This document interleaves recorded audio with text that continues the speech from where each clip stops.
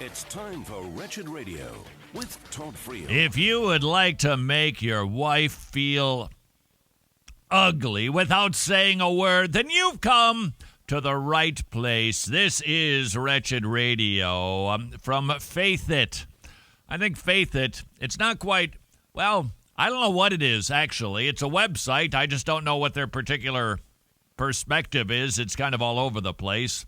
An article from one Amberly Lovell, Lovell, 6 subtle ways to make your wife feel ugly without saying a word.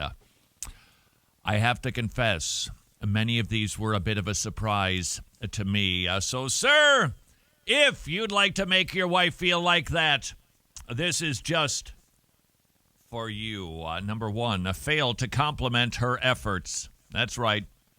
Just never notice how she looks. The effort that she puts into presenting herself, mostly for you.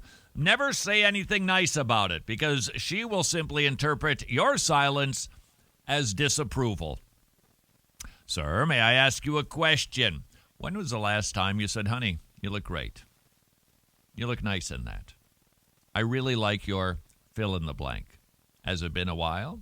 If it has, you could be subtly telling her, I don't think you look very good. Number 2, a way to help your wife feel ugly without saying a word. Praise another woman with words you've never used with your wife. Ooh, can't imagine. If you're referring to a woman as drop-dead gorgeous, and you've never used those types of descriptions to describe your wife, guess how that makes her feel? Not good. Not good at all. In fact, I would suggest as a rule, I can't think of any good reason why a married man should ever say any sort of comment about the way another woman looks, good, bad, or otherwise, frankly. In fact, I was thinking about the tongue this morning and how James describes the tongue, that little rudder that controls the ship, and how it's such an untamable thing. Why? Is it because the organ itself that no. I think this goes back to the intents of the heart. That's really the issue that God describes as being the thing that he judges. Even think about going back to Genesis 6. In fact, I don't know if I can find it, but nevertheless, I'll give it a go. It's in your Old Testament. Genesis chapter 6. Why was God so angry with the world that he destroyed it with water? It's because he noticed that the people were evil. Well, it's not exactly what it says. It says that he noticed that the intentions of their heart were evil. The Lord saw the wickedness of men was great on the earth, and that every intent of the thoughts of his heart was only evil continually. In other words, it's what the tongue only reflects what's going on inside, which is why it's so hard to control. And even if, this is where it gets even trickier, there's another level to this tongue controlling business. Even if you get to the place where you bite your tongue, you see somebody at church, they're dressed weird, whatever, and you want to say something and you go, no, I'm going to control my tongue, and I'm not going to say a word about the way that goofball looks. You really haven't accomplished a ton. You've accomplished something, but it's the heart. The tongue won't wag inappropriately if your heart is under control. And so it's good that we frequently don't say what perhaps is on our mind, but what is more Christian is making sure that our mind isn't thinking those bad thoughts. That's why it's so difficult, because look, just zipping your lip on occasion can be quite easy. I mean, it really can. You say, well, I have a difficult time. I bet I can disprove that. You're just not trying. Because I suspect if somebody burst into your home with an Uzi and said, shut up, you wouldn't say boo, would you? You'd want to, maybe, but you could control it. That's only one element of the tongue. It's what's motivating the tongue to go wagging like that. That's the more profound issue. The intentions of the heart. Sir, I don't think that we ever need to be talking about the way women present themselves, good, bad, or otherwise. I don't think it's What is there to benefit? I'm trying to think of a scenario even as I speak. What would be a scenario where it would be worth? All right, Tony, you go to church, all right? And let's just say, just for fun, there's a woman at your church. Do you have women at your church? I know it's pretty small. Do there anyone? Okay. We do. Yeah. Yeah, there's a woman at your church, and for some reason this particular Sunday, it's pretty clear to everybody. New outfit, more effort, whatever. What benefit would you gain from telling Robin the way that this woman looked this Sunday? Hey, you know what? Betty, she looked really, really good. What? I can't think of any reason. All right, let's do it conversely. Betty looks Of course, super in my house, frumpy. Robin would mention it to me first. But what do you benefit from? What is that? All you're doing is telling your wife, I sure noticed a woman No, today. but she would mention it to me. I wouldn't have to mention it. I'd say she was dressed very nice today. And I would, being a good husband, agree. Yeah, okay. But that's not my point. You bringing it up is the issue. Now, let's just say Betty was a super frump this week. What benefit? Hey, Robin, did you notice how dumpy Betty looked today? What is that, murdering with your tongue? I just don't see any benefit from ever saying anything about another woman. Number 3, you can make your wife feel ugly without saying a word by looking at pornography. Nothing will make her feel more despairingly inadequate than you looking at pornography. And please spare us both the old, well, she doesn't know routine.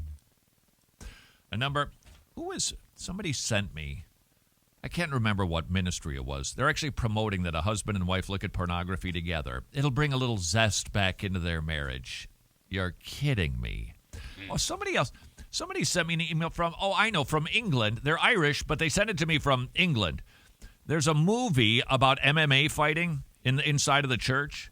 All right, we've seen this before. A movie was made about this. They beat you up in Christian love. This is what real men do. Whatever. And they claim, guess how many churches in America they claim are into this MMA fighting? They'll build a ring inside of the church. People come and they watch two guys beat each other up, but they've got a cross tattooed onto their shoulder. Guess how many churches we got? They're countable? Apparently, 700. I have no 700 idea. is what they... Yeah, exactly, 700. And all God's evangelicals went, oh. Want to make your wife feel ugly? Number 4, don't initiate a hug or a kiss. Well, that's your loss, sir, but it's also telling her, I don't think that you're beautiful. I don't think you're worth a hug, without ever saying boo. Number 5, do a double take when another woman walks by. This from Amberly Lavelle. You cannot understand how deeply it hurts your wife to see you check out another woman. And here's the line for you, sir. She writes, and trust me, she notices, even when she doesn't say anything. Isn't that a gift from God? That we can actually read eyes? You can be talking to somebody. I don't think you're really listening.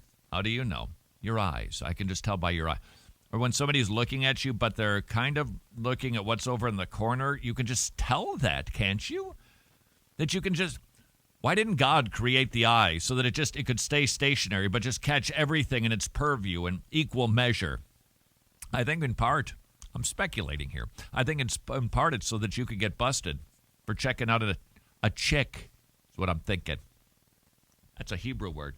You want to look that one up. Number 6, you want to make your wife feel ugly without saying a word. Peek at your... Now, this one is subtle. Peek at your phone while your sweetheart is talking. In other words, you just tell her, yeah, I'm listening, but there's other stuff that I'd like to... So close. Little late. You basically tell her, there's other things more interesting than you, darling. Help her feel beautiful, writes Amberly, by prioritizing her over your Facebook feed. I know that checking out the cell phone at meals all the time, it's becoming more normative. It's like the train coming to town. We all got used to it. It's like the telephone being attached to a wall. It just became a culture. It became a part of our lifestyle, and so too will checking out cell phones. I get that, but that doesn't take away as much as you get used to it.